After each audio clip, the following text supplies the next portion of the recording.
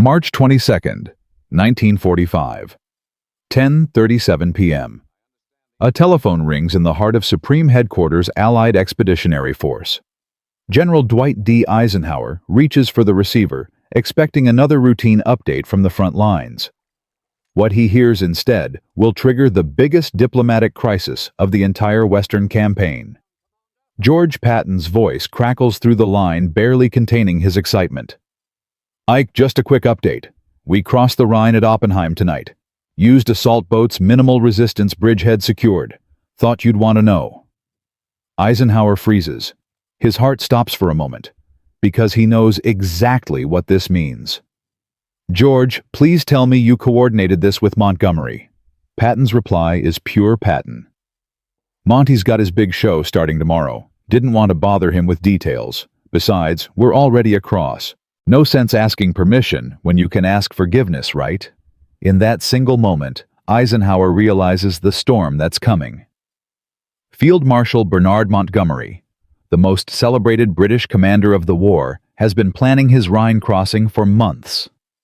1.25 million men, 37,000 vehicles, 3,000 to 500 artillery pieces, 2 entire airborne divisions. The largest river crossing operation since D-Day itself. Winston Churchill has personally promised the world that Operation Plunder would be Britain's crowning achievement. War correspondents from every Allied nation are waiting.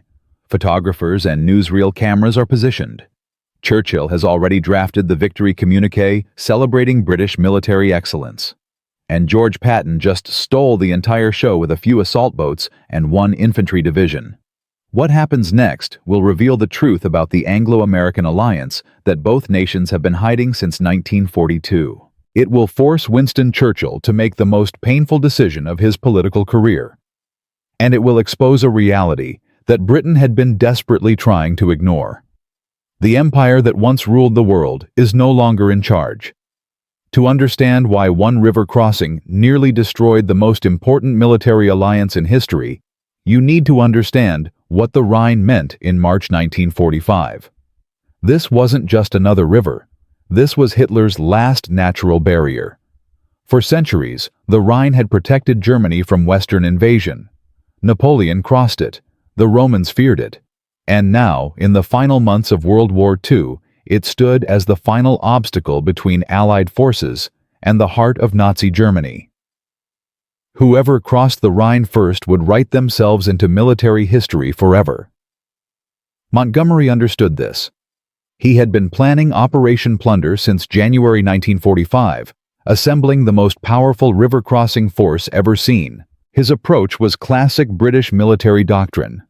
Overwhelming force, meticulous planning, every supply dump filled, every contingency calculated, every risk mitigated. Churchill had staked British prestige on this operation. After years of American industrial might dominating the war effort, after watching the United States provide the majority of men, material, and money, Britain needed this victory. They needed the world to see that British military excellence still mattered. The press releases were ready.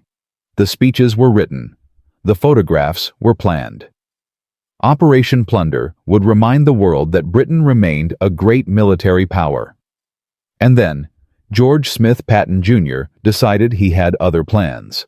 Patton was everything Montgomery was not. Where Montgomery calculated, Patton attacked. Where Montgomery planned for months, Patton moved in hours. Where Montgomery sought to minimize every risk, Patton believed that audacity itself was the greatest protection. A good plan violently executed now is better than a perfect plan executed next week. That was Patton's philosophy, and he had been secretly preparing to prove it for 6 weeks. While Montgomery assembled his massive force, Patton quietly ordered his supply officers to stockpile assault boats. Not many, just enough. He personally drove to the Rhine near Oppenheim and studied the eastern bank through binoculars. He positioned his 5th Infantry Division within striking distance and told its commander to be ready on 12 hours' notice. Patton saw something that Montgomery couldn't see, or perhaps wouldn't see. The German forces defending the Rhine at Oppenheim were weak, stretched thin, demoralized, waiting to be hit. A fast strike could succeed where a slow buildup might give the Germans time to reinforce. On March 22nd, Patton gave the order. The 5th Infantry Division crossed the Rhine with less than 30 casualties. By dawn on March 23rd, 6 battalions were across. By noon, engineers were building pontoon bridges. By evening, American tanks were rolling into Germany proper. And Patton made sure every war correspondent within 50 miles knew about it. The news reached Montgomery's headquarters at 5:47 a.m. on March 23rd, just hours before Operation Plunder was scheduled to begin. Montgomery read the intelligence message 3 times. His chief of staff, watching the field marshal's face, saw something he had never witnessed before. Montgomery didn't explode. He didn't shout. He went ice cold. "Get me the exact time of crossing. I want to know when Patton made the decision. I want to know who authorized it. And I want to know why we were not informed." Within 30 minutes, Montgomery had the full picture. Patton had crossed at 10:00 p.m. on March 22nd. Operation Plunder was scheduled to begin at 9:00 p.m. on March 23rd. Patton had beaten him by 23 hours. Montgomery's deputy tried to offer perspective. The Third Army's crossing was tactically useful. It divided German forces and prevented them from concentrating against Operation Plunder. Montgomery cut him off. "This isn't about tactics. This is about an American general deliberately sabotaging Allied strategy to satisfy his personal ego. Patton has conducted an unauthorized operation in violation of the agreed strategic framework. I want him relieved of command today." Within the hour, Montgomery drafted a message to Winston Churchill. The Field Marshal didn't just want Patton fired. He wanted the entire Allied command structure reorganized. He argued that Eisenhower had lost control of his subordinate commanders, that American generals were conducting operations without regard for strategic coordination, that the only solution was to give Montgomery direct command of all Allied ground forces in Germany, including the American armies. It was a demand for the United States to subordinate itself to British command in the final phase of the war. When Field Marshal Alan Brooke, Chief of the Imperial General Staff, received Montgomery's demands in London, he immediately recognized the disaster unfolding. The Americans were providing 70% of Allied forces in Europe. They were bearing the majority of casualties. They were funding the entire operation. And Montgomery wanted them to hand over command because Patton crossed a river one day early. Brooke sent an urgent message to Churchill's staff. "Tell the Prime Minister that Montgomery is making demands that cannot be supported. I recommend he be told to drop this matter immediately." But Montgomery refused to drop it. At 11:30 a.m., he drafted another message, this time directly to Eisenhower. The tone was formal, cold, and accusatory. Montgomery stated that Patton's unauthorized crossing represented a fundamental breakdown in command discipline. He pointed out that all Allied commanders had agreed Operation Plunder would be the main effort. He concluded by recommending that Patton be relieved immediately. Eisenhower read the message with growing dread. He had been managing these two egos for years. He had always found ways to keep them focused on fighting Germans instead of fighting each other. But this was different. This wasn't a tactical dispute. This was a direct challenge to American command authority, wrapped in the language of military discipline, coming at the worst possible moment. Churchill's aircraft was already in the air, heading to Germany, to witness Operation Plunder personally. The Prime Minister learned of Patton's crossing at 30,000 feet. His military secretary, General Hastings Ismay, entered the cabin with the message. Churchill read it twice, then stared out the window at the German countryside below, saying nothing for a full minute. Ismay waited. He had served Churchill long enough to know that silence meant the Prime Minister was calculating, weighing options, seeing moves ahead on the political chessboard. Finally, Churchill spoke. "Has Montgomery been informed?" Ismay confirmed that he had. "What is Montgomery's position?" Ismay handed him a second message. Montgomery's demand for Patton's immediate dismissal. Churchill read it and his face hardened. He wants Patton sacked. Ismay nodded. He's demanding it, Prime Minister. He says Patton's insubordination cannot stand. He wants you to personally demand that Eisenhower relieve Patton of command immediately. Churchill folded the message and put it in his pocket. Tell the pilot to proceed as planned. I'll deal with Montgomery when we land.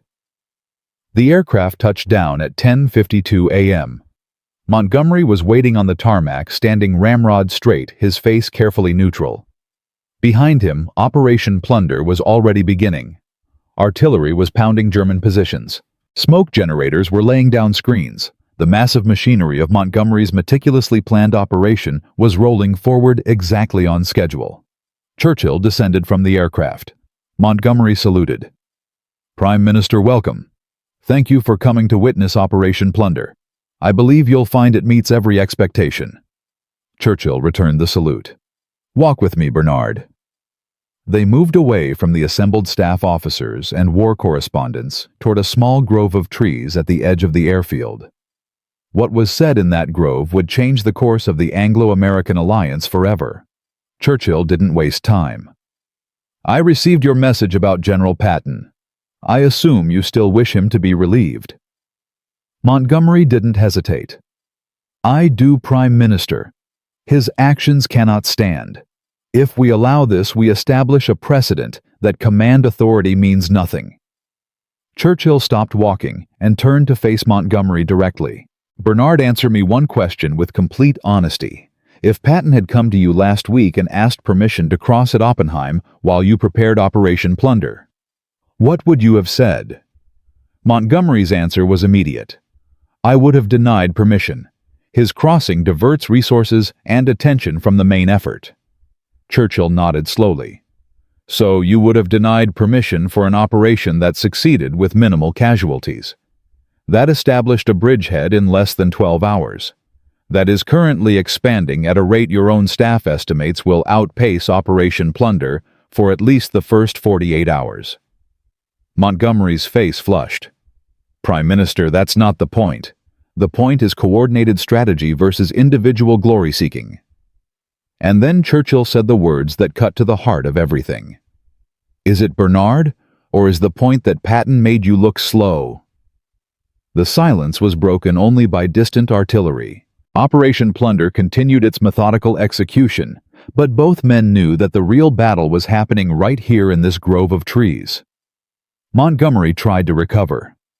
Prime Minister, with respect, this is about maintaining command discipline in a coalition. If Patton is not disciplined, you set a precedent that will haunt Allied operations. Churchill's response was quiet, but devastating.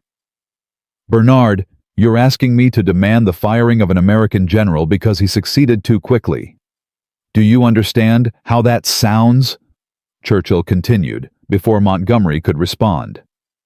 Let me explain the political reality. If I go to Eisenhower and demand Patton be relieved, the Americans will ask why. And I'll have to explain that we're firing their most successful field commander because he crossed the Rhine one day before you could. Not because he failed. Not because he suffered excessive casualties. Not because his operation was poorly executed. But because he didn't wait for British permission. Montgomery's voice was tight. So you're choosing American sensibilities over British military prestige. Churchill shook his head. I'm choosing to win the war without destroying the alliance. Bernard, do you know what the Americans are calling Operation Plunder? Montgomery's three-ring circus? They're saying you need 1 million men to do what Patton did with one division. Fair or not, that's the perception. If I demand Patton's head now, I confirm every American suspicion that we British care more about protocol than results. Montgomery made one final attempt. Prime Minister, I'm not asking for vindication. I'm asking for basic command discipline. If commanders can ignore strategic coordination and face no consequences, we don't have a unified command structure. We have chaos. It was a good argument, a compelling argument. And in a different war, with a different balance of power, Churchill might have supported it. But this wasn't that war. And Britain wasn't that power anymore. Churchill placed his hand on Montgomery's shoulder. Bernard, you are one of Britain's finest commanders. History will remember El Alamein. History will remember your management of the Normandy breakout. History will remember Operation Plunder. But history will also record that an American general crossed the Rhine first. Not because he was better than you, but because he was willing to risk everything on speed while we calculated every risk.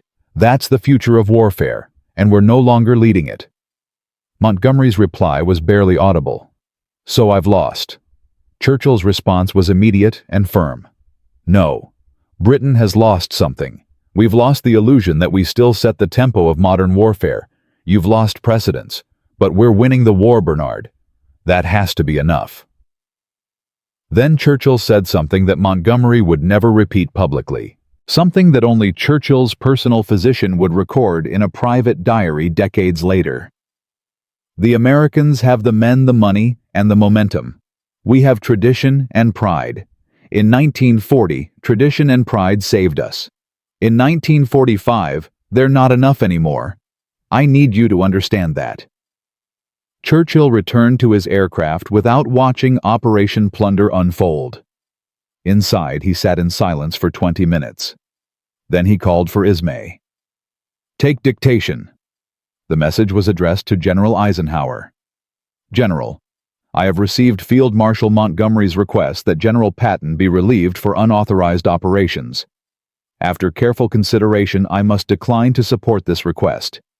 General Patton's crossing, while uncoordinated with the overall plan, achieved significant tactical success and contributed meaningfully to Allied objectives. I recommend no action be taken beyond whatever private counseling you deem appropriate regarding coordination protocol. Churchill signed the message. Then he added a handwritten postscript. Ike, keep Patton moving. We can't match his speed anymore, but we can't afford to lose it either. The Soviets are racing for Berlin. We need every advantage we can get.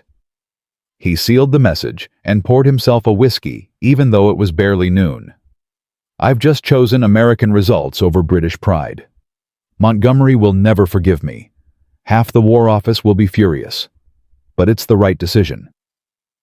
And then Churchill said something that revealed the true cost of that decision. Pride doesn't win wars. Speed does. And if I have to choose between a general who makes me proud and a general who ends this war faster, I choose the one who brings our boys home. But this was only the beginning. Because while Churchill was managing the diplomatic crisis, Patton was just getting started. His Third Army was about to race across Germany faster than anyone thought possible, and Montgomery, despite his humiliation, was about to execute Operation Plunder with the precision and professionalism that had made him famous. The question now was simple. Could the Anglo-American alliance survive the egos of its greatest commanders? Could Churchill hold together a coalition where the senior partner was no longer Britain? And could Montgomery accept a future where British military excellence was no longer enough? In Part 2, we'll see what happened when Patton stood on his pontoon bridge at Oppenheim and did something that would become one of the most iconic images of the entire war. We'll witness Operation Plunder succeed brilliantly while the headlines celebrated Patton. And we'll discover what Churchill wrote in his private letters about the true cost of choosing American speed over British pride. The Rhine had been crossed, but the battle for the soul of the alliance was just beginning. In Part 1, we witnessed the phone call that shook the Allied command. George Patton crossed the Rhine at Oppenheim with assault boats and minimal casualties, beating Montgomery's million-man Operation Plunder by 23 hours. Churchill flew to Germany expecting to celebrate British military excellence. Instead, he found himself facing Montgomery's furious demand to fire Patton immediately. The Prime Minister made his choice: American results over British pride. But that conversation in the grove of trees was only the beginning. Because while Churchill was managing the diplomatic crisis, Montgomery was about to execute the largest river-crossing operation since D-Day. And Patton was about to do something that would become one of the most iconic and controversial images of the entire war. Here's what the history books don't tell you. The real battle wasn't happening on the Rhine. It was happening in headquarters, in radio rooms, and in the hearts of men who had spent 3 years building an alliance that was now threatening to tear itself apart. And things were about to get much, much worse. March 23, 1945, 9:00 p.m. Operation Plunder begins exactly on schedule. Montgomery's artillery opens fire with a barrage that lights up the night sky. 3 500 guns pounding German positions across the Rhine. The noise is deafening. The ground shakes for miles. Smoke generators lay down screens so thick that visibility drops to zero. Then the assault boats launch. The 51st Highland Division, the 15th Scottish Division, the 1st Commando Brigade. British units with histories stretching back centuries, carrying the weight of an empire on their shoulders. Montgomery watches from his command post, his face unreadable. His staff officers move with quiet efficiency around him. Every element of the operation is executing exactly as planned. Casualties are lighter than expected. Objectives are being secured ahead of schedule. By military standards, it is magnificent. But Montgomery knows something that his staff doesn't know yet. He knows that no matter how perfectly Operation Plunder executes, the headlines tomorrow will not celebrate British excellence. They will celebrate American speed. At dawn on March 24th, the airborne phase begins. Operation Varsity launches, the largest single-day airborne operation in history. Nearly 17,000 paratroopers from the U.S. 17th Airborne Division and British 6th Airborne Division drop east of the Rhine. Their mission is to secure crossroads and bridges, preventing German reinforcements from reaching the river crossings. The drop is textbook. Casualties are acceptable. Objectives are secured. Within hours, Montgomery has established a bridgehead that will eventually stretch 30 miles wide and 20 miles deep. 4 full corps across the Rhine. Armor rolling into Germany. The Nazi war machine crumbling before the weight of Allied power. It is everything Montgomery promised. Everything Churchill hoped for. Everything Britain needed, and absolutely none of it matters. None. Because on the morning of March 24th, every American newspaper runs the same story. Patton beats Montgomery across Rhine. Third Army crosses without elaborate preparation. Simple assault boats beat airborne drops. The British press tries desperately to emphasize Operation Plunder's success. They highlight the professionalism, the low casualties, the massive scale of the achievement. But even they cannot escape the narrative that has already taken hold. Patton crossed first. Patton did it faster. Patton did it with less. Montgomery reads the press coverage in his headquarters on March 25th. His staff watches him carefully, worried about his reaction. They have seen Montgomery angry before. They have seen him cold. They have never seen him like this. Montgomery is calm. Eerily calm. He calls his corps commanders together. Gentlemen, we have achieved every objective of Operation Plunder. Our casualties are acceptable. Our bridgehead is secure. The enemy is in retreat. By any measure, this operation is a success. I will not have it diminished by concerns about timing or publicity. We did our duty. History will judge us accordingly. It is a dignified response. The response of a professional soldier focused on mission accomplishment. But Montgomery's chief of staff, who has served with him for years, sees the truth in his eyes. Montgomery is not just disappointed. He is shattered. Not militarily. His operation succeeded brilliantly. But personally, professionally, he has been humiliated on the world stage. And no amount of tactical success can erase that humiliation. That night, Montgomery writes in his private diary, an entry that will not be published until decades after his death. I have won the battle and lost the war. Operation Plunder succeeded completely. But Patton's crossing will be remembered, and mine will be forgotten. Churchill has abandoned me to American opinion. The alliance I helped build has turned against me. I begin to understand that Britain's role in this war is no longer to lead, but to follow. It is a bitter lesson. But if Montgomery was bitter, Patton was just getting started. March 24th, afternoon. Patton arrives at the pontoon bridge his engineers have constructed at Oppenheim. War correspondents are waiting. Cameras are ready. Patton has made sure of that. He walks to the middle of the bridge, stops, looks out at the Rhine flowing beneath him.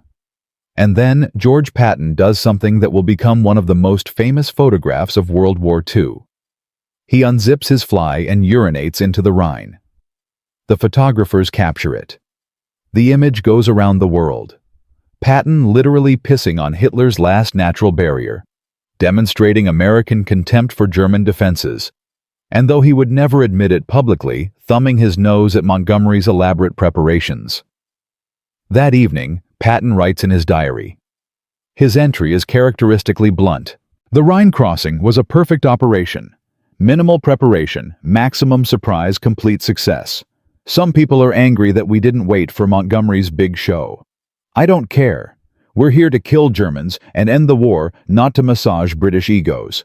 If Montgomery wanted to cross first, he should have moved faster. There is no recognition in Patton's diary of the political firestorm his crossing has created. No awareness that Churchill is fighting to preserve the Anglo-American alliance. No understanding that his actions have forced the British Prime Minister to choose between supporting his own Field Marshal and maintaining good relations with America. Patton genuinely doesn't understand why any of that matters. In his view, he executed a successful military operation. Everything else is just noise. But Eisenhower understands. And Eisenhower has had enough. March 27th. Allied Headquarters. Eisenhower summons Patton for a private conversation. No aides. No staff officers. Just the Supreme Commander and his most problematic subordinate. Eisenhower starts with praise. He has learned that this is the only way to get Patton's attention. George, the Oppenheim crossing was brilliantly executed. Minimal casualties, maximum results. From a purely military standpoint, it's everything we could have asked for. Patton grins. Glad you approve, Ike. I thought you might. Eisenhower's expression doesn't change. From a political standpoint, it's created the biggest crisis of the campaign. Montgomery demanded your head. Churchill had to choose between supporting his field marshal and maintaining the alliance. Do you understand what you put him through? Patton's grin fades slightly. Montgomery's mad because I showed him up. That's his problem. Eisenhower's legendary patience begins to crack. Montgomery is furious because you conducted a major operation without coordination. You timed it to overshadow his operation. And you've spent the last 4 days making sure every reporter in Europe knows you beat him across. Yes, George Montgomery's mad. And Churchill had to tell him that American results matter more than British pride. Do you understand how difficult that was for the Prime Minister? Patton shrugs. Not my problem, Ike. My job is to kill Germans, not manage British feelings. Eisenhower leans forward. His voice drops to something cold and hard. Your job is whatever I tell you it is, and right now your job is to shut up about the Rhine crossing. Stop talking to reporters about Montgomery. Stop posing for photographs on bridges, and recognize that we're in a coalition. That means sometimes you have to care about British feelings even when you don't want to. Patton starts to argue. Eisenhower cuts him off. I'm not asking George. I'm ordering. No more interviews about the crossing. No more comparisons with Montgomery. You crossed the Rhine. You won. Now act like you've been there before and keep moving. For a long moment, the two men stare at each other. Patton is not used to being spoken to this way. He is George Patton. He is the most aggressive field commander in the American Army. He has just pulled off one of the most spectacular river crossings of the war. But Eisenhower is the supreme commander, and right now, Eisenhower is not asking. Patton finally nods. Fine, Ike. I'll stop talking about the crossing. Eisenhower nods back. Good. Now get back to your army and keep winning. That's what you're good at. Leave the politics to me. Patton leaves, and for once, he actually follows orders. The interviews stop. The comparisons end. Patton focuses on what he does best, killing Germans. But the damage is already done. In London, Field Marshal Alan Brooke is dealing with the aftermath of Churchill's decision. Half the War Office is furious. Senior officers are demanding to know why Montgomery was not supported, why American insubordination was rewarded, why British prestige was sacrificed on the altar of Allied unity. Brooke's response is pragmatic, brutal, and absolutely true. Gentlemen, we can complain about American methods or we can win the war. We cannot do both. The Americans are providing the majority of forces in Europe. They are suffering the majority of casualties. They are funding the entire operation. If we demand that they subordinate themselves to British command, they will laugh at us, and they will be right to do so. One officer protests. But Sir Montgomery's operation was superior in every way. Lower casualties, better execution, more thorough planning. Brooke's answer is devastating. You're absolutely right. Montgomery's operation was superior. And no one cares. The newspapers care who crossed first. The public cares who crossed first. History will care who crossed first. Montgomery can take comfort in his professional excellence, but Patton will be remembered as the man who led the way into Germany. The room falls silent. Gentlemen, this is the reality we face.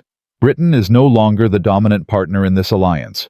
We haven't been since 1942. Churchill knows it. I know it. And after this week, Montgomery knows it too. Our job now is to win the war and preserve as much British influence as possible in the peace that follows. That means working with the Americans, not against them, even when they infuriate us. April 1945. Both armies drive deep into Germany. Montgomery's 21st Army Group advances toward Hamburg and the Baltic, methodically clearing northern Germany with the precision that has defined his entire career. Patton's Third Army races through Bavaria, capturing city after city, moving so fast that German units surrender before they even know American forces have arrived. The contrast is stark. Montgomery advances 10 miles per day. His supply lines secure his flanks, protected his casualties, minimal. Patton advances 30 miles per day, sometimes 50. His supply lines, stretched to breaking his flanks, exposed his casualties higher, but his territory captured vastly greater. Two philosophies of war, two visions of military excellence, both contributing to victory, both necessary for final success. But only one making headlines. On April 30th, Adolf Hitler commits suicide in his bunker in Berlin. On May 7th, Germany surrenders unconditionally. The war in Europe is over. And the question of who crossed the Rhine first becomes what it was always going to become. A historical footnote. A trivia question. A point of pride for veterans. But for those who lived through it, for Churchill and Montgomery and Eisenhower and Patton, the Rhine crossing was never about the river. It was about power. About pride. About the shifting balance of an alliance that had saved the world. Churchill understood this better than anyone. In his private letters after the war, he wrote about the Rhine crossing controversy with surprising candor. Managing Montgomery was one of my most difficult wartime challenges. His brilliance was matched only by his inability to see the bigger political picture. He could not understand that military excellence means nothing if it destroys the alliance you need to achieve final victory. Churchill continued in another letter. Patton infuriated me. His arrogance, his insubordination, his complete disregard for political consequences. But he understood something that Montgomery never grasped. In modern warfare, speed kills. Not just the enemy. Speed kills doubt. Speed kills resistance. Speed kills the will to fight. Patton moved so fast that German commanders couldn't react. Montgomery moved so carefully that everyone knew exactly what was coming. And then Churchill wrote something that reveals the true lesson of the Rhine crossing. In March 1945, I chose American results over British pride. I have never regretted that decision. Not because Patton was right and Montgomery was wrong. Both men contributed to victory. But because the alliance was more important than any individual ego, including my own. June 1945. Montgomery is raised to the peerage, becoming Viscount Montgomery of Alamein. It is Britain's way of honoring his service, of recognizing his contributions to victory. Montgomery accepts the honor, but he takes no pleasure in it. He knows what it really means. It means his fighting days are over. It means he is being kicked upstairs, transformed from active commander to ceremonial figure. Montgomery will spend the rest of his life, another 31 years, arguing that his methods were superior, that careful planning saved lives, that Patton's aggressive style was reckless and dangerous. He will write memoirs defending his decisions. He will give interviews emphasizing his successes. He will never accept that the world has moved past the British way of war. July 1945. Britain holds a general election. Churchill, despite his leadership during the war, despite his status as the savior of the nation, is swept from office in a Labour landslide. The British people want social reform. They want the welfare state. They want homes and jobs and health care. They are grateful for Churchill's wartime leadership. But gratitude doesn't translate into votes. Churchill takes the defeat with public dignity. But those close to him know he is devastated. He had expected to lead Britain into peace just as he led it through war. Instead, he is out, replaced by Clement Attlee, a quiet socialist who represents everything Churchill has fought against his entire political life. December 1945. George Patton is critically injured in a car accident in occupied Germany. He dies on December 21st, never recovering from his injuries. He is 60 years old. His death transforms him instantly from controversial figure to American hero. The rough edges are forgotten. The insubordination is overlooked. He becomes the symbol of American military aggression and success, forever frozen in time at the moment of his greatest triumphs. But what does the Rhine crossing really teach us? It teaches us that in war, results matter more than methods. It teaches us that coalitions are fragile things held together by compromise and sacrifice. It teaches us that pride is expensive, and sometimes you have to let it go to achieve something greater. And it teaches us that history is written by those who move fastest, not those who plan best. Montgomery planned the perfect river crossing. Patton executed the memorable one. Both men crossed the Rhine. Both men contributed to victory. Both men served with courage and skill. But only one of them is remembered as the man who beat Hitler to the punch. And that is the cruel truth of history. It doesn't care about your planning. It doesn't care about your casualties. It doesn't care about your professional excellence. History cares about who got there first. But the story of the Rhine crossing doesn't end with victory in Europe. Because while the world celebrated the defeat of Nazi Germany, a new conflict was already brewing. The alliance that had won the war was about to fracture. The Soviet Union, which had been racing for Berlin while Patton and Montgomery argued about the Rhine, was about to become the new enemy. And the lessons learned on the banks of the Rhine would shape the Cold War that followed. In Part 3, we will explore what happened after the war ended. How Montgomery and Patton's rivalry echoed through the decades. How Churchill's choice to prioritize American results over British pride set the pattern for the special relationship that continues to this day. And how the ghosts of the Rhine crossing still haunt military planning in the 21st century. The river was crossed, the war was won. But the consequences of those 23 hours would last for generations. And the most important question was still unanswered. Was Churchill right to choose American speed over British excellence? Was the alliance worth more than Montgomery's pride? Was Patton's insubordination justified by his results? These questions have no easy answers. But they are the questions that define modern coalition warfare. And they all began with a phone call at 10:37 p.m. on March 22, 1945. When George Patton decided he wasn't going to wait for permission. In Part 1, we witnessed the phone call that shook Allied command. Patton crossed the Rhine at Oppenheim, beating Montgomery by 23 hours. Churchill flew to Germany and faced Montgomery's furious demand to fire Patton immediately. The Prime Minister made his choice. American results over British pride. In Part 2, we watched Operation Plunder succeed brilliantly while headlines celebrated Patton. We saw Eisenhower finally confront his most problematic general.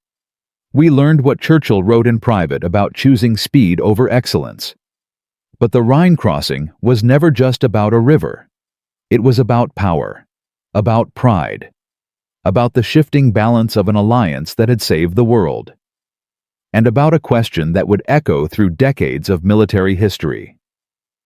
What happens when coalition warfare meets individual genius? The answer would reshape how nations fight together. And the consequences were just beginning to unfold. Because while the world celebrated victory in Europe, the real battle was happening behind closed doors. A battle that would determine the future of the Anglo-American alliance. A battle that neither Patton nor Montgomery would survive unchanged. And the casualties of this battle would not be measured in bodies.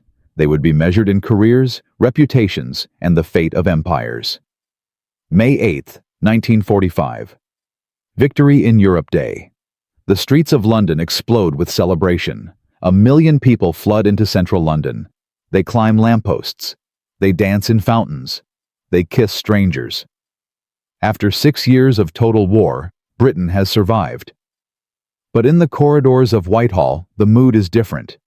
Senior military officers gather in small groups, speaking in hushed tones. The topic on everyone's mind is not victory. It is the Rhine crossing. It is Montgomery. It is the American general who humiliated British arms at the moment of triumph. Field Marshal Alan Brooke records the atmosphere in his diary. The feeling among senior officers is bitter. Montgomery executed Operation Plunder flawlessly. His casualties were minimal. His objectives were achieved. And yet the Americans claim credit for crossing first. There is talk of writing a formal protest, of demanding official recognition that Montgomery's crossing was the main effort. Brooke shuts down this talk immediately. I told them the truth they did not want to hear. We can complain about American publicity, or we can maintain the alliance that will protect us from Soviet aggression. We cannot do both. The war against Germany is over. The confrontation with Russia is just beginning. We need America more than we need vindication. This is the reality that few in Britain want to accept. The empire that once ruled a quarter of the world's surface is exhausted. 6 years of total war have drained Britain's treasury. The national debt has increased by 300%. The country owes billions to the United States. The colonies that once provided wealth and manpower are demanding independence. Britain has won the war, but it has lost something far more precious. It has lost the ability to act alone. From now on, Britain will need America. For defense, for economic support, for influence in the post-war world. And that means swallowing pride. Accepting American leadership. Learning to be the junior partner in an alliance it once dominated. Churchill understands this better than anyone. In a private letter to his wife Clementine written the week after VE Day, Churchill expresses thoughts he could never share publicly. We have achieved victory, but at what cost? Britain is weaker than it has been in 200 years. The Americans are stronger than any nation in history. They have the atomic bomb. They have the industrial capacity. They have the confidence of winners who have never tasted defeat on their own soil. We must bind ourselves to them even when they infuriate us. The alternative is to stand alone against Russia, and alone we cannot stand. Montgomery receives no such wisdom. He remains in Germany, commanding British occupation forces, nursing his grievances. In his mind he was robbed of the recognition he deserved. Robbed by an American cowboy who cared more about headlines than strategy. Robbed by a prime minister who chose alliance politics over British honor. Montgomery begins writing his memoirs almost immediately. He will spend years crafting his version of events, defending his decisions, criticizing Patton, arguing that his careful methods saved lives while American aggression wasted them. But history is not listening. History is too busy celebrating the general who got there first. June 1945. Germany. George Patton stands at the peak of his fame. Third Army has liberated more territory than any other Allied force. His face appears on magazine covers around the world. Reporters compete for interviews. Hollywood is already planning movies about his exploits. But Patton is not celebrating. He is angry. Angry because the war is over. Angry because there are no more Germans to fight. Angry because the enemy he sees clearly, Soviet Russia, is being treated as an ally instead of a threat. Patton's views on the Soviets are not subtle. He shares them with anyone who will listen. We've defeated the wrong enemy. We should have kept going east. The Russians are savages. They'll dominate Europe within 10 years, unless we stop them now. We have the army. We have the supplies. We have the atomic bomb. We should use them before it's too late. These comments reach the press. They cause immediate diplomatic problems. The Soviet Union is still technically an ally. The war against Japan is still ongoing. American policy is cooperation with Stalin, not confrontation. Eisenhower summons Patton to headquarters for another difficult conversation. George, you have to stop talking about fighting the Russians. Patton is defiant. Ike, I'm telling the truth. Everyone in this room knows the Soviets are the real threat. We're making a mistake treating them as friends. Eisenhower's patience has limits, and Patton has found them. Your job is to command Third Army, not to make foreign policy. The president has decided to work with the Soviets.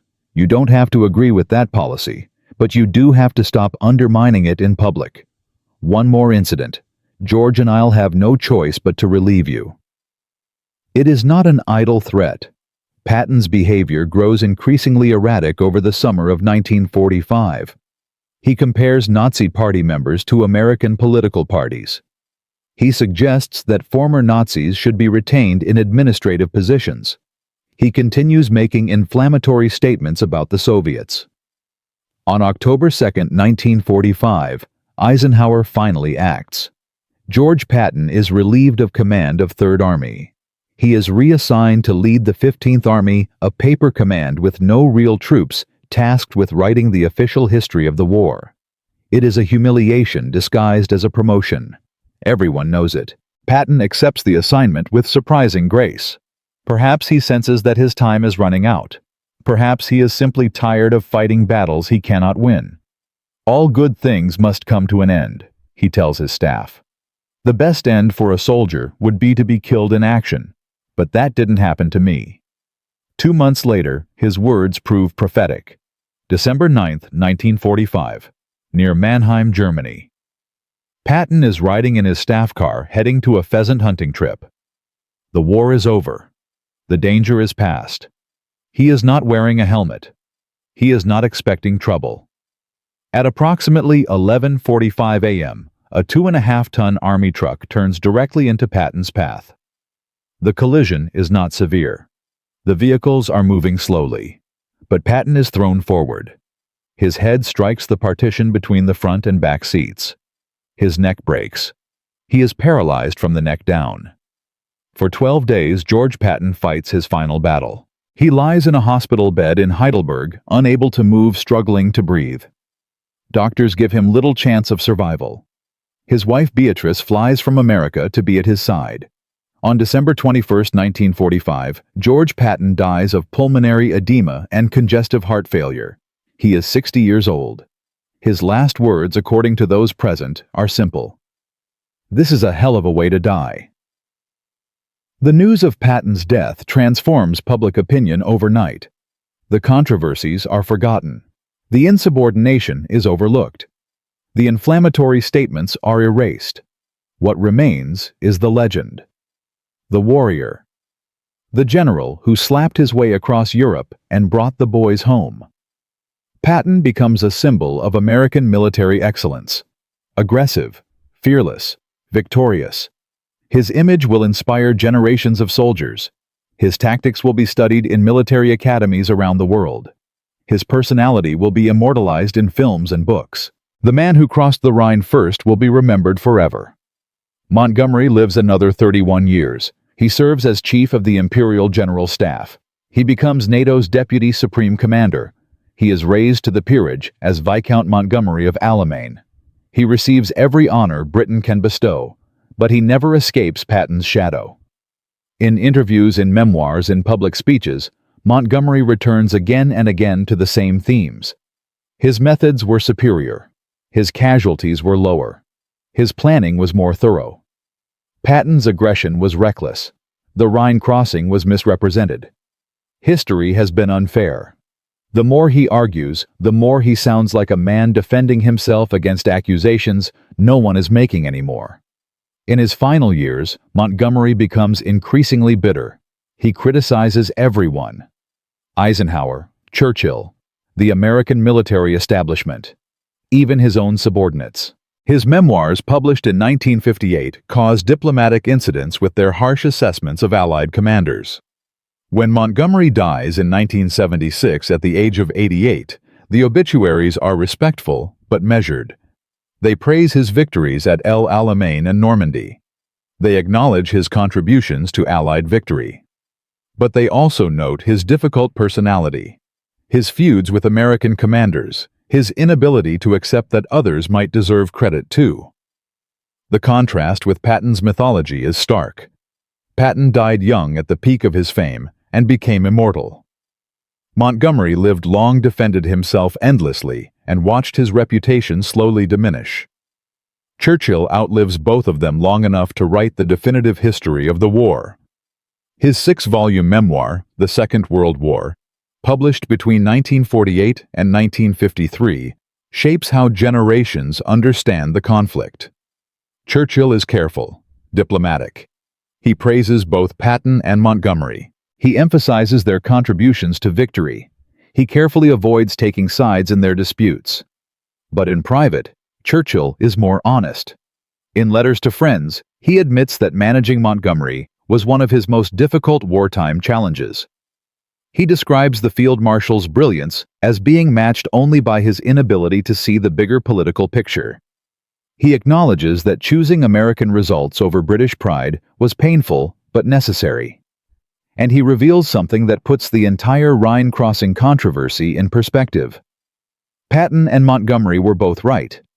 Montgomery was right that coordinated strategy matters, that discipline is essential, that careful planning saves lives.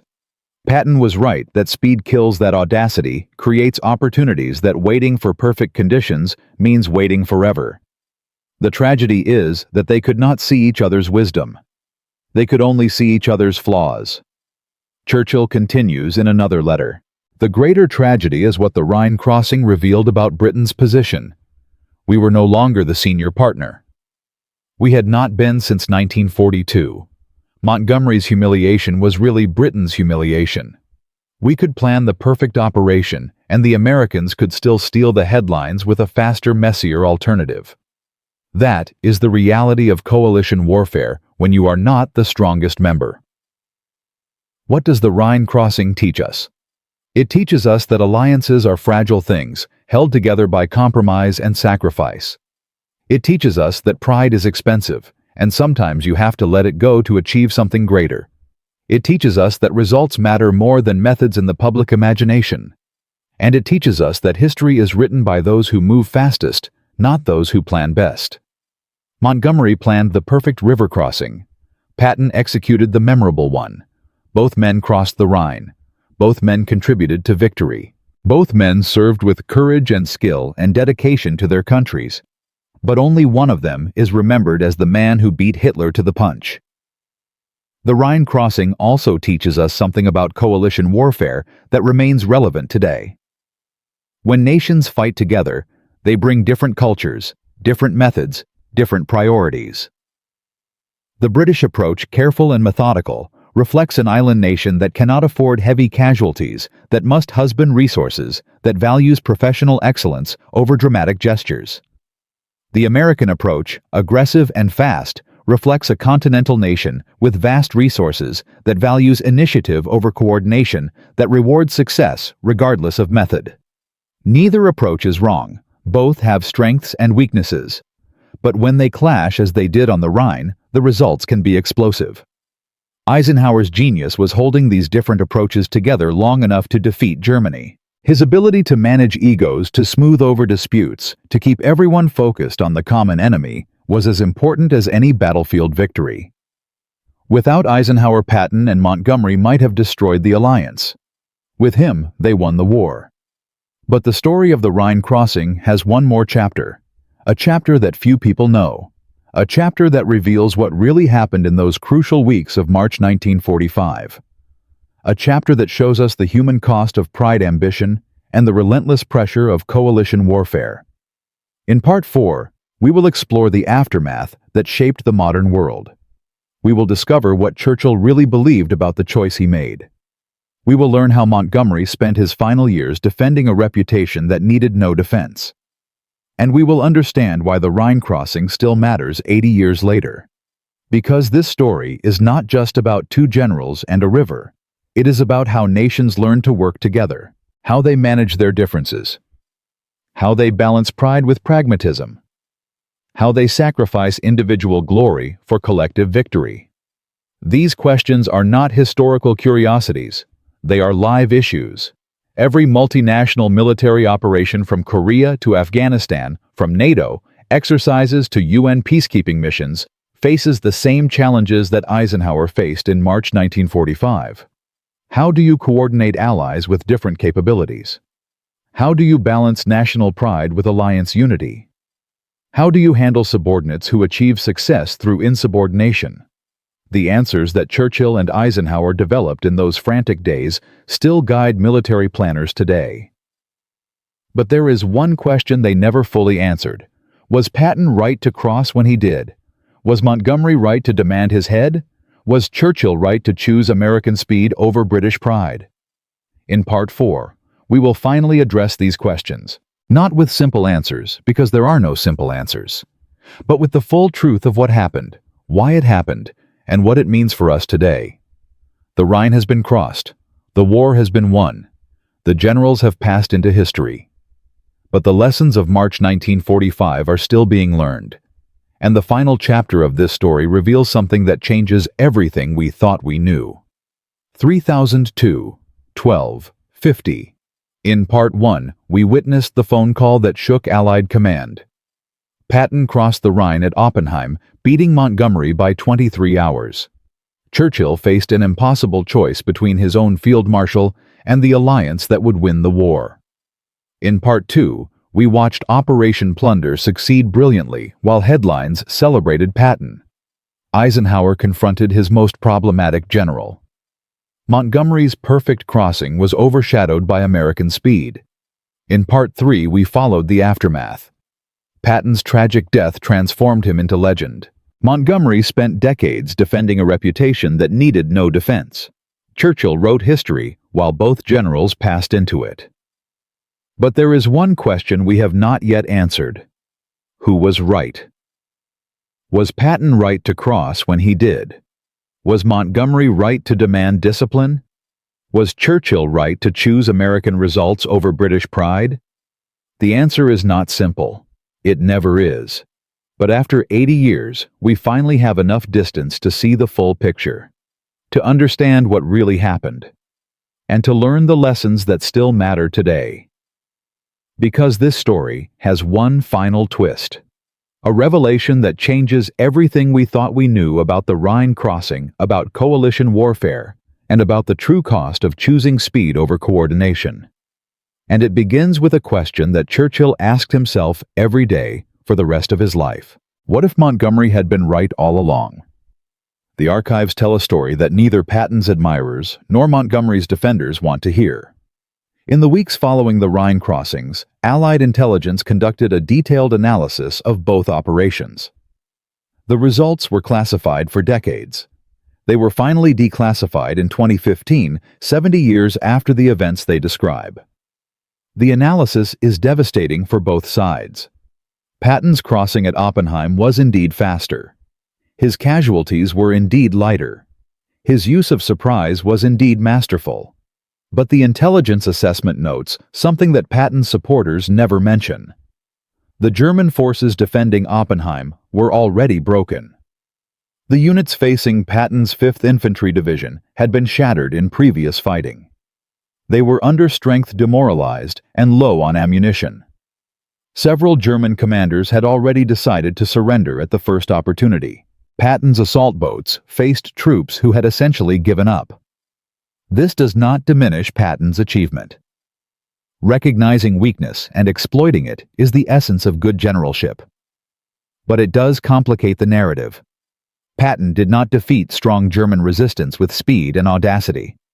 He attacked an enemy that was already collapsing. Montgomery's sector was different. The German forces facing Operation Plunder were stronger, better equipped, and more determined to resist. They had orders to hold the Rhine at all costs. They had prepared defensive positions. They were ready to fight. Montgomery's elaborate preparations, the artillery barrage, the smokescreens, the airborne assault were not excessive caution. They were necessary. Without them, the crossing might have failed, or succeeded at a terrible cost in British lives. The intelligence assessment concludes with a judgment that neither general would have accepted. Both crossings were appropriate for their circumstances. Patton's speed worked because his enemy was weak.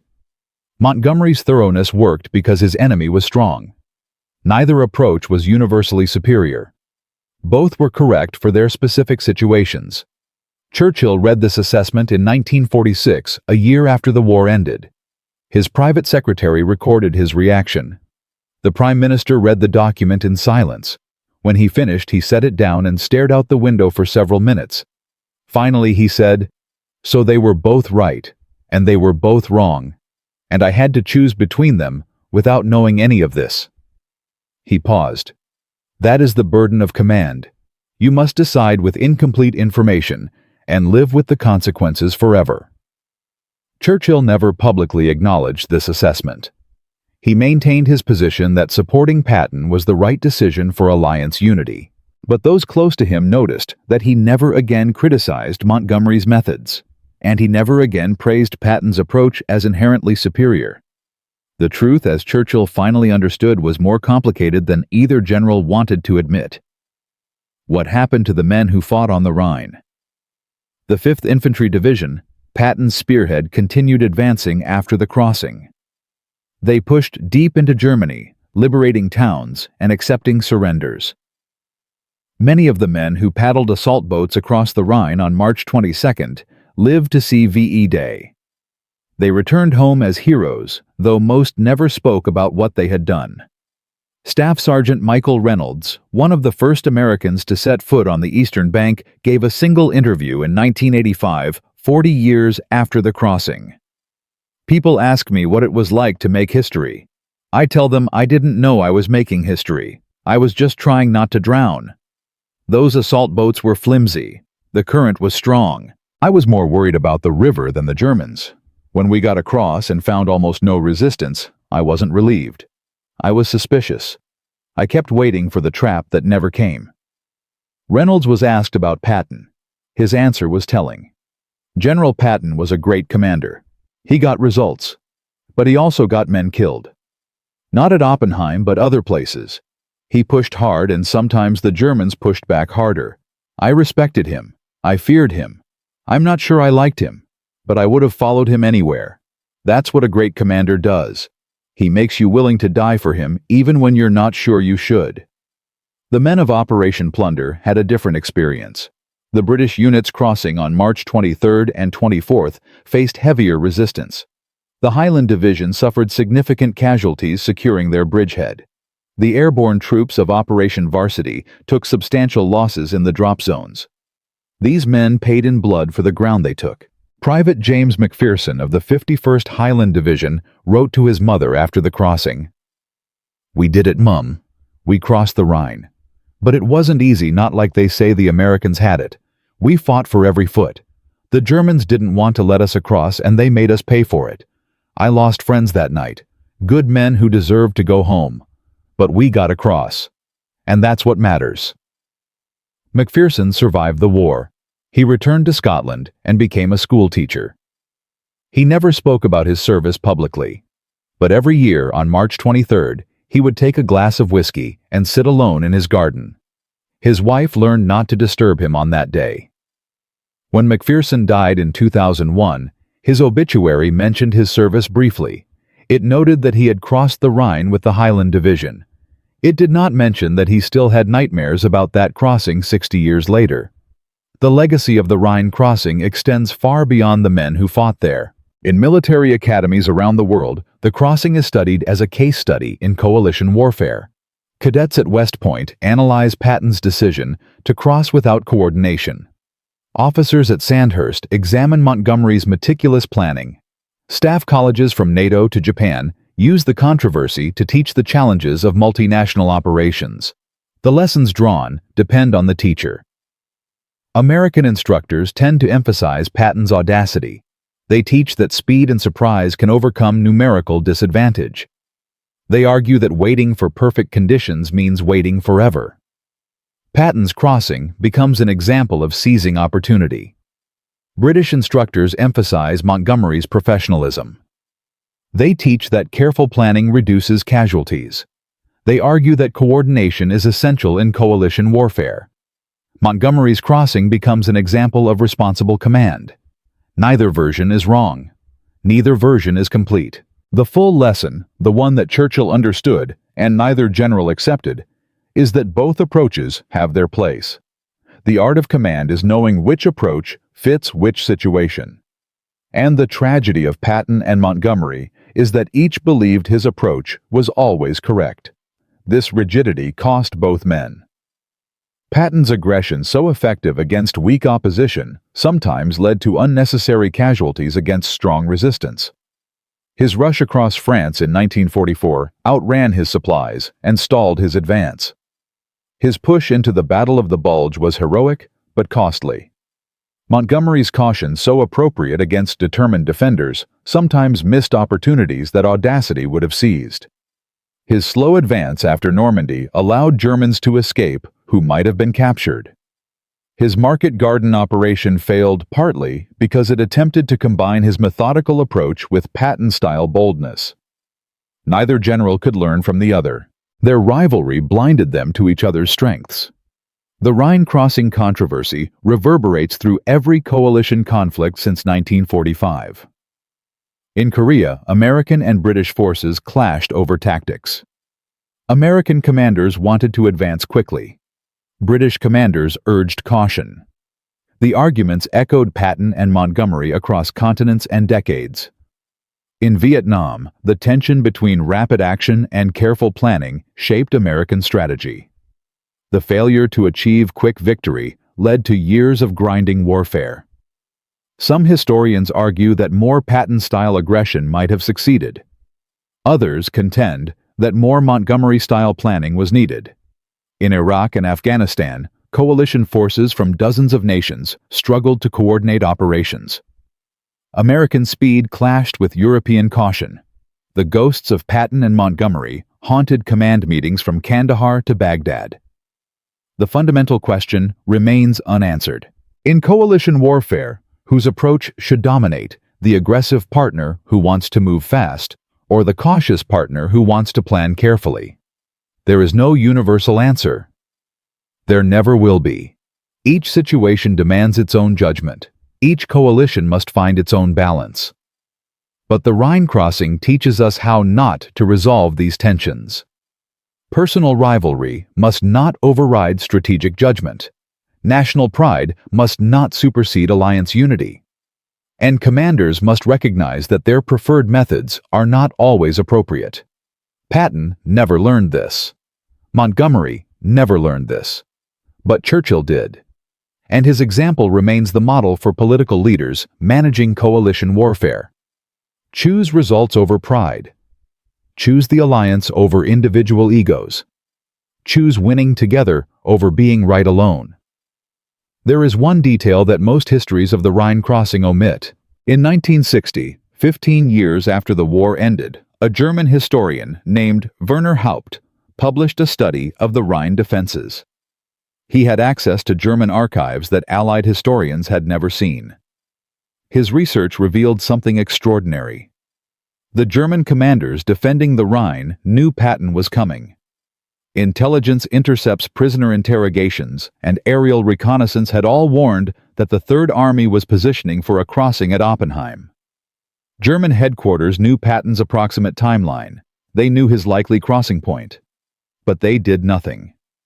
Why? Because they were convinced it was a feint. German intelligence believed that Montgomery's Operation Plunder was the main Allied effort. They believed that Patton's positioning was a distraction designed to draw German reserves away from the British sector. They believed that no competent commander would launch a major crossing with assault boats and minimal preparation when a massive operation was scheduled for the next day. In other words, the Germans made the same mistake that Montgomery made. They underestimated Patton's willingness to move fast. The German commander responsible for the Oppenheim sector, General der Infanterie Baptist Knies, wrote in his post-war memoirs about his reaction when reports of American troops crossing began arriving. "I believed it was a reconnaissance in force, perhaps a raid. When my staff told me the Americans were establishing a bridgehead, I did not believe them. It seemed impossible that any commander would launch a major crossing operation with so little preparation. I ordered a counterattack, but by then it was too late. The Americans were across in strength." Knies spent the rest of his life wondering what would have happened if he had taken the initial reports seriously. If he had concentrated his forces at Oppenheim instead of holding them in reserve for the expected counterattack against Montgomery.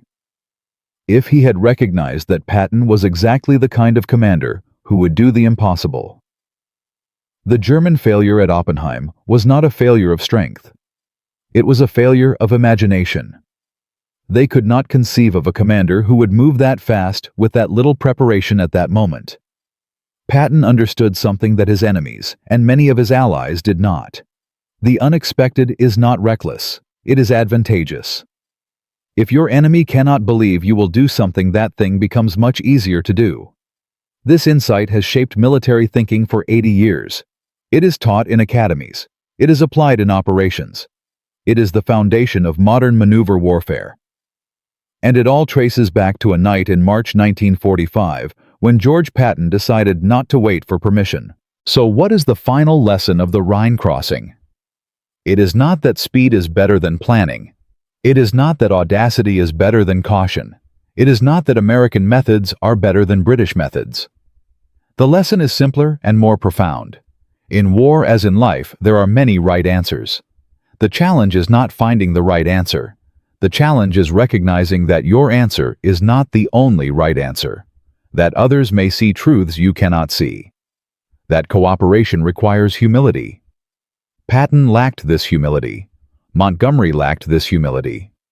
Their rivalry, their inability to learn from each other, their insistence that they alone were right, cost both men. It cost their countries. It nearly cost the alliance. Churchill possessed this humility. That is why he could make the impossible choice. That is why he could sacrifice British pride for Allied unity. That is why he could see that both generals were right and both were wrong. Churchill's example matters today more than ever.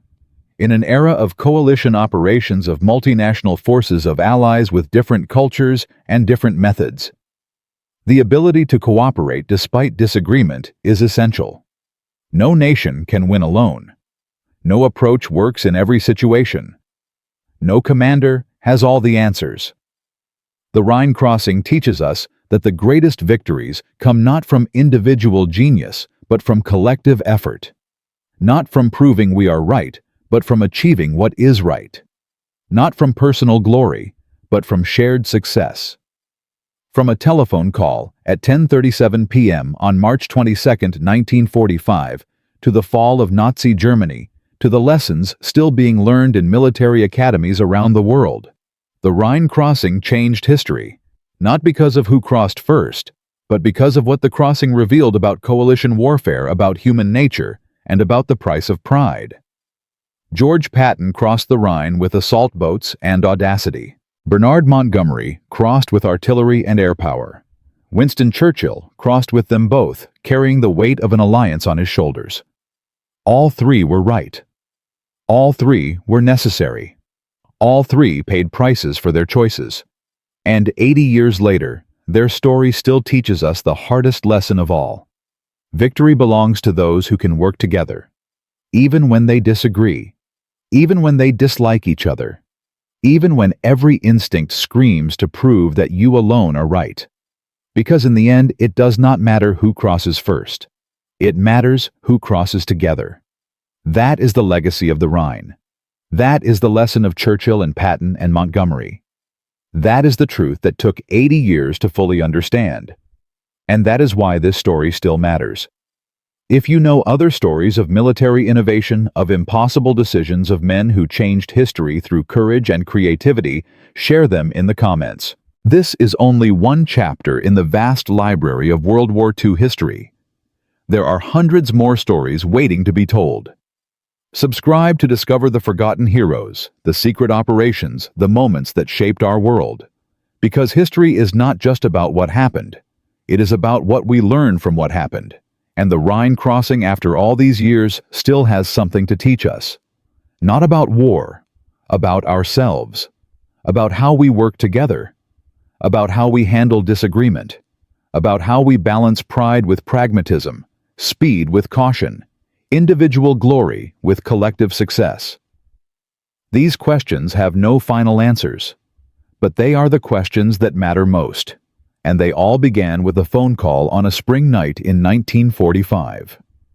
When George Patton decided not to wait, when Bernard Montgomery demanded justice, when Winston Churchill chose the alliance over his own field marshal. 3 men, 3 choices, 3 legacies, and one truth that unites them all. The greatest battles are not fought against enemies. They are fought within ourselves, against our pride, against our certainty, against our need to be right. Those who win those battles change history. Those who lose them become its footnotes. Patton, Montgomery, Churchill. Each fought that battle. Each paid the price. Each left a legacy. And now their story belongs to you. What will you do with it?